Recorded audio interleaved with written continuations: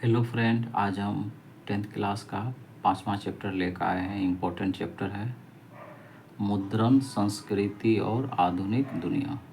ठीक है, मुद्रण संस्कृति और आधुनिक दुनिया देख लेते हैं। चैप्टर का नाम मुद्रण संस्कृति और आधुनिक दुनिया। पहले इसको मैप पे समझ लेते हैं।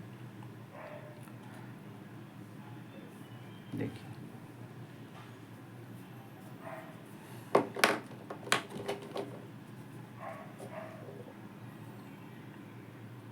ये वर्ल्ड मैप है। यहाँ एशिया है, यहाँ यूरोप है, यहाँ पे यूरोप है, अफ्रीका है।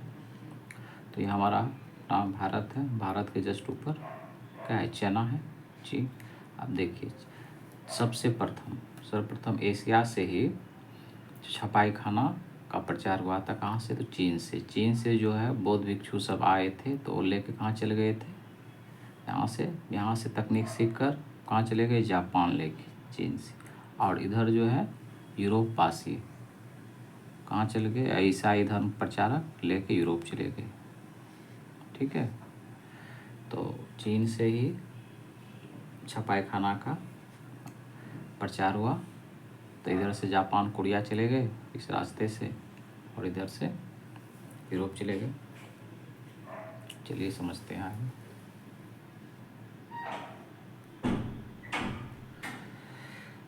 छपाई खाना की शुरुआत चीन से। चीन को माना जाता है एशिया में पूर्वी एशिया। ठीक है,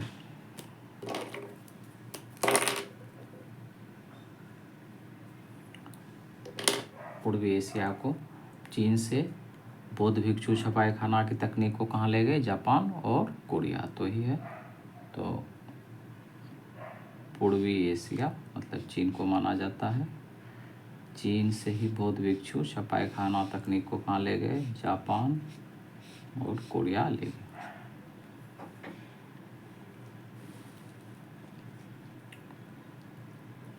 पाँच सौ 594 ईस्वी में पहली बार क्या हुआ था? काठ के ब्लॉक से, लकड़ी का जो ब्लॉक होता है उससे छपाई किया गया था। प्रिंटिंग की शुरुआत की गई थी। कब की गई थी? 594 में। याद रखेंगे, इस पे भी दिया है। तो 594 ईस्वी में काठ के ब्लॉक से, याद पूछ सकता है पहली बार किससे छपाई हुई थी? तो काठ के ब्लॉक से पहली बार प्रिंटिंग की शुरुआत हुई थी। अब एकॉर्डियन शैली क्या है? एकॉर्डियन शैली मतलब पृष्ठ के एक साइड ही लिखना, छपाई करना एकॉर्डियन शैली कहलाता है।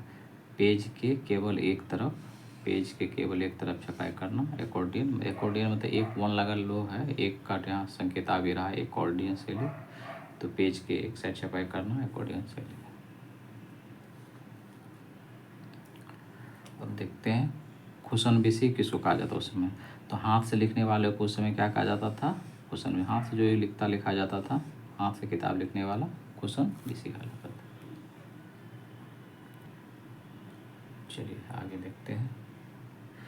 तो जैसे है कि चीन में छपाई खाना का विकास क्यों हुआ था? तो वहाँ प्रतियोगिता परीक्षा के लिए, सिविल सेवा की परीक्षा के लिए चीन में छपाई खाना को बढ़ावा दिया गया। और उसी तरह जापान में पूछेगा था। जापान सब में क्यों होता? धार्मिक पुस्तक छापने के लिए। ठीक है, तो सिविल सेवा की परीक्षा ने चीन में छपा खाना का, तो इसको देख लेते हैं। सिविल सेवा परीक्षा ने चीन में छापा खाना को बढ़ावा दिया। ठीक है, डायमंड सूत्र कहाँ का है? इम्पोर्टेंट है। डायमंड सूत्र जापान की है। ठीक है, सबसे पुरानी पुस्तक।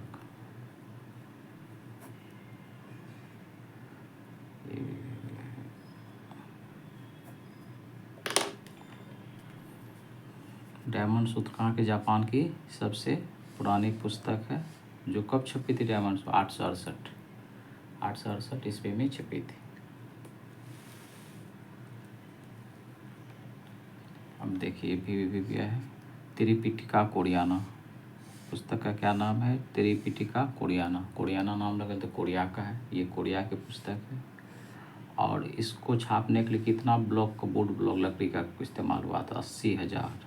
80,000 कोरियाना त्रिपिटिका कोरियाना को छापने के लिए 80,000 वुड ब्लॉक का प्रयोग किया गया था। ठीक है, और इसी इतना 80,000 वुड ब्लॉक प्रयोग करने के कारण ही इसको यूनेस्को 2007 में मेमोरी ऑफ द वर्ल्ड में दर्ज किया था। तो 80,000 वुड ब्लॉक से छपने के कारण 2007 में यूनेस्को ने मेमोरी ऑफ द वर्ल्ड में दर्ज किया।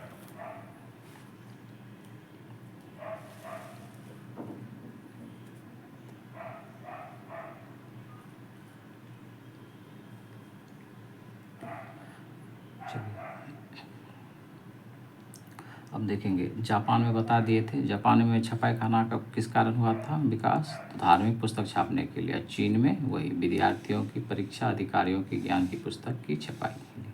ठीक है, अब यूरोप में आ जाते हैं। तो पहले यूरोप में कैसे हुआ? तो वहाँ से जो है चीन से ही यूरोपवासी, जिस ईसाई, बौद्ध, ईसाई मिशनरी मार्को पोलो इसके द्वारा रेशम मार्ग से गया था यूरोप में छपा खाना। ठीक है, तो यूरोप में छपा खाना, यूरोप में छपा खाना कौन ले गया था? तो पादरी अपना प्रचार करने आए होंगे चीन, व्यापारी मार्को पोलो के द्वारा पहुंचा यूरोप में। तो मार्को पोलो, पादरी, व्यापारी किस रास्ते से? रेशम मार्ग द्वारा ईसाई मिशनरी ये सब पहुंचा दिया वहाँ। कहाँ पे? यूरोप में।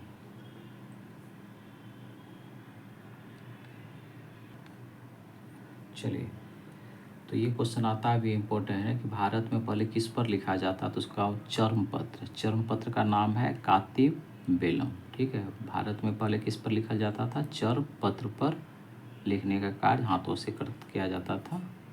तो भारत में पहले ऐसे का नाम कातिब बेलम, चर्म पत्र पर लिखने का कार्य किया जाता था, हाथों से किया जाता था। ठीक है, 1336 में पहली बार पेपर मिल। ठीक है, पेपर मिल कब हुआ था? पहली बार पेपर मिल की स्थापना 1336 ईस्वी में जर्मनी में। मतलब छापाखाना सबका विकास जो अच्छी तरह से जर्मनी में हुआ था, जब चीन से जाने के बाद। ठीक है, तो जर्मनी में हुआ था क्या? जर्मनी का ही रहने वाला था योहान गुटेनबर्ग ने। तो जर्मनी में जो छापाखाना जो क्या था, कौन? योहान गुटेनबर्ग। इसमें वो क्या किया? छापाखाना में 3 धातु का इस्तेमाल किया था, सीसा, टीना, बिस्मथ। सीसा, टीना, बिस्मथ। सीसा, टीना, बिस्मथ क्या था? तो सीसा क्यों किया था? तो सीसा क्या कर, इंक को अवशोषित नहीं करता है। सीसा उसमें इसलिए मिलाया था, इंक को अवशोषित नहीं करता है। टीना मजबूती के लिए, और बिस्मथ जमने के बाद फैलता है। बिस्मथ जमने के बाद फैलता है। तो चीन में छापाखाना योहान गुटेनबर्ग ने विकसित किया था। इसमें 3 धातु का प्रयोग किया गया, सीसा, टीना, बिस्मथ। तो सीसा, टीना, बिस्मथ। सीसा इंक को अवशोषित नहीं करता, टीना मजबूती के लिए, बिस्मथ जमने के बाद फैलता है।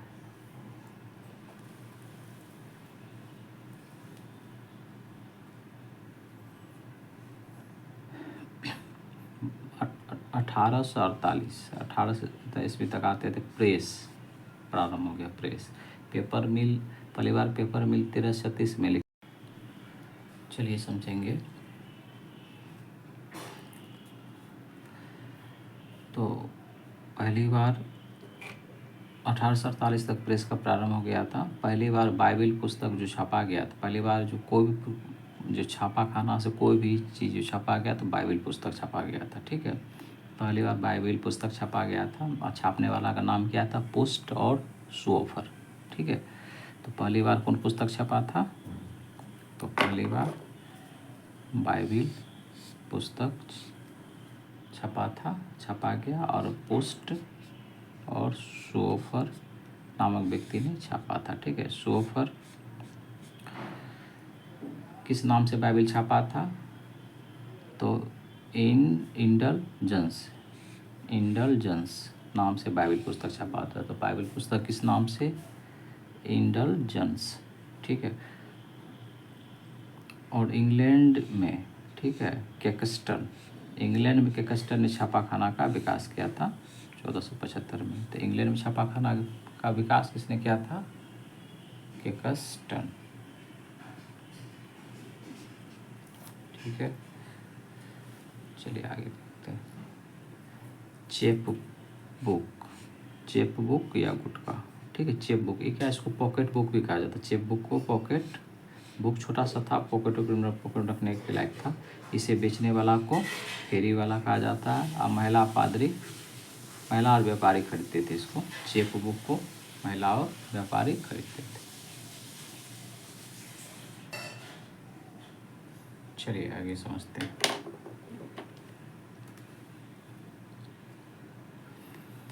19वीं सदी में न्यूयॉर्क के रिचर्ड ए होम ने शक्ति चालित प्रेस का विकास किया। तो कोयला से चलने वाला, तो न्यूयॉर्क में जो प्रेस का विकास हुआ तो कौन क्या था, रिचर्ड एम हो, ठीक है। इस शक्ति चालित मतलब कोयला से चलने वाला प्रेस का विकास किया गया था। अब तो 19वीं सदी में।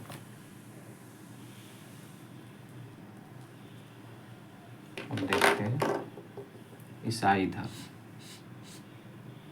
तो ईसाई धर्म में तो दो बटे हुए थे, एक प्रोटेस्टेंट एक कैथोलिक। तो प्रोटेस्टेंट के जो मुख्य प्रमुख थे उसका नाम था मार्टिन लूथर, ठीक है। प्रोटेस्टेंट का जो प्रमुख था मार्टिन लूथर, और कैथोलिक का पोप थे। जिस तरह मंदिर का हेड पुजारी होता है उसी तरह चर्च का हेड पोप होता है। तो कैथोलिक वाले के प्रमुख पोप थे, इसके मार्टिन लूथर थे। तो प्रोटेस्टेंट वाले जो थे तो ये शादी विवाह कर सकते थे। इस लोग का नियम कानून उतना हार्ड नहीं था, ये शादी विवाह कर सकते थे। लेकिन कैथोलिक वाले शादी विवाह पर रोक था। तो प्रोटेस्टेंट प्रमुख मार्टिन लूथर थे, शादी विवाह कर सकते थे। पोप शादी विवाह पर रोक था।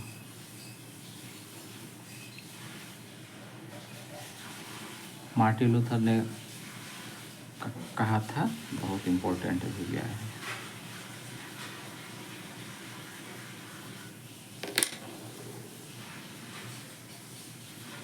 क्या कहा था मार्टिन लूथर ने? मार्टिन लूथर ने कहा था मुद्रण मतलब प्रेस ईश्वर की महानतम देन है। मुद्रण प्रेस ईश्वर की महानतम देन है। क्यों कहा था? क्योंकि जब इसमें छपने लगा था, छपाई जब होने लगा था, सबका सच्चाई सामने आने लगी थी। इस तरह कैथोलिक वाले जो पोप जो थे, मतलब चर्च के प्रमुख पोप, बहुत अत्याचार करता था। वो बोलता था जो है हम ही है, इस धरती पर भगवान हम ही है, ठीक है। तो वो सब के पोल को खोलने के लिए जब से प्रेस आया, छपने लगा, तो लोग के पास पहुंचने लगे, तो लोग पढ़ने लगे। तो लोग सब इस पे ज़्यादा अत्याचार होता था, तो कैथोलिक छोड़कर प्रोटेस्टेंट में आ गए। तो लोग में सब कुछ छूट था, शादी विवाह कर सकते थे, तो इसको मानने लगे। अब देखेंगे इनक्विजन, ठीक है। इनक्विजन मतलब क्या, छापा खाना जैसे विकसित होने लगा तो कैथोलिक वाले बताए थे, कैथोलिक चर्च के खिलाफ छपाई शुरू कर दे। इनक्विजन मतलब क्या, छापा खाना जैसे ही विकसित हो गया तो लोग क्या करने लगे, कैथोलिक चर्च के खिलाफ छपाई शुरू कर दिए। और इसी को रोकने के लिए तब रोमन मिशनरी ने जो अभियान चलाया उसे इनक्विजन कहा गया। मतलब क्या समझिए, जब छापा खाना विकसित हो गया तो पोप के खिलाफ लोग छापने लगे, ठीक है। छापने लगे तो उसका पोल खुलने लगा, पोप सबका उस अत्याचार कर रहा था। तो जब छापने लगा तो पहले तो वो जो कहता था, जो बोलता यही सही है, तो यही सही है। जब छापने लगा तो वो लोग फिर इसको रोकने के लिए एक अभियान चलाए, मिशनरी सब, रोमन मिशनरी सब ने जो अभियान चलाया उसी को इनक्विजन कहा जाता है। तो छापा खाना विकसित होने के बाद लोगों ने कैथोलिक चर्च के खिलाफ छपाई शुरू की। इसी को रोकने के लिए रोमन साम्राज्य मिशनरी ने जो अभियान चलाया उसे इनक्विजन कहा गया, ठीक है।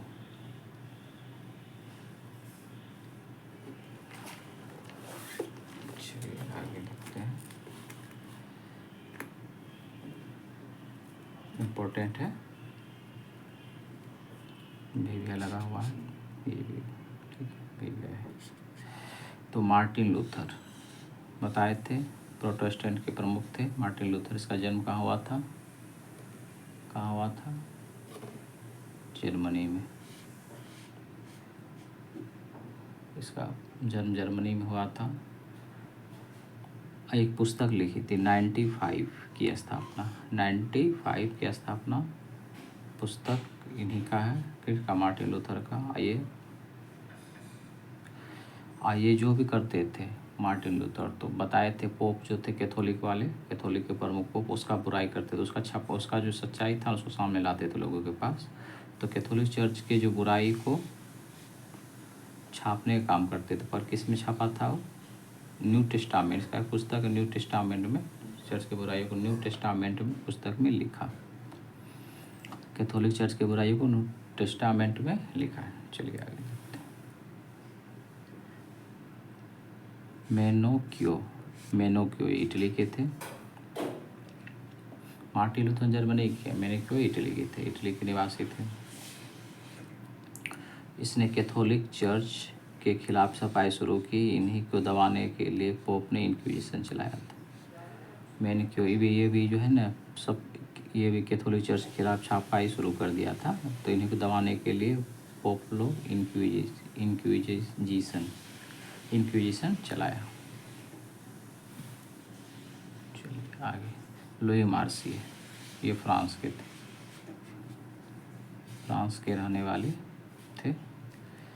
निरंकुश लोगों के बारे में लिखा। तो लुई मार्सिये क्या, दुनिया याद रखें, बहुत इंपॉर्टेंट, दुनिया के जालों में अभी लोग हैं। जब प्रेस का विकास हो गया, जब छपाई होने लगा, तब जितना जालिम था, तो गुस्सा में तब ये लिखे लुई मार्सिये, दुनिया के जालों में अब तुम हिलोगे। ये सब पोप पे ही जा रहा था घुमा फिरा के। कहा तो जापान में भी, फ्रांस में भी पोप ने इतना टैक्स वसूल कर रहा था, परेशान थी वहाँ की जनता। इरेस्मस,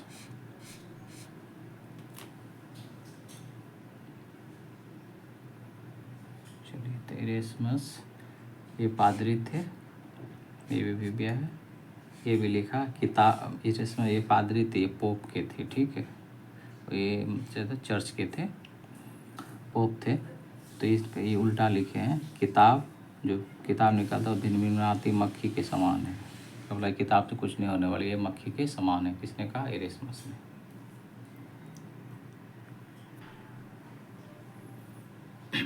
चलिए आगे देखेंगे। यह है मॉन्टेस्क्यू। मॉन्टेस्क्यू ने कौन सा पुस्तक लिखा? द स्पिरिट ऑफ लॉज, ठीक है, द स्पिरिट ऑफ लॉज पुस्तक लिखा, जिसमें शक्ति के पृथक्करण का सिद्धांत दिया है। तो इसको आप मॉन्टेस्क्यू को माउंट समझ लीजिए, माउंट पर्वत, ठीक है।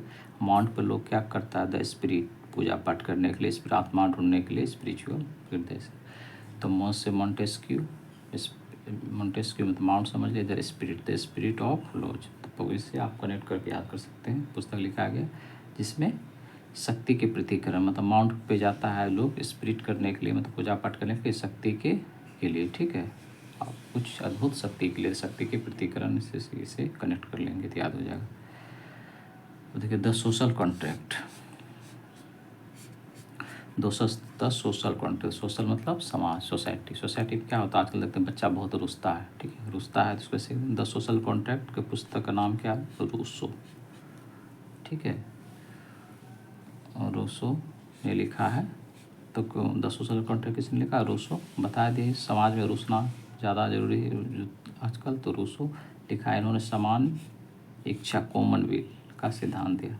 मतलब रुसता है क्यों? समान इच्छा है सबका, कॉमन विल, समान इच्छा हो गया, इसलिए सब रुसता है। इसको इस तरह कनेक्ट करेंगे तो जल्दी याद हो जाएगा। यही सभी पुस्तक क्या किया था? फ्रांस में क्रांति का आधार तैयार किया था ये सब पुस्तक, ठीक है। और पुस्तक की क्रांति, रूस की क्रांति को कहा जाता है, ठीक है। पुस्तक की क्रांति, रूस की क्रांति को कहा जाता है। चलिए आज ये पार्ट समाप्त हो गया, जल्द ही नेक्स्ट पार्ट लेके आएंगे। Thank you.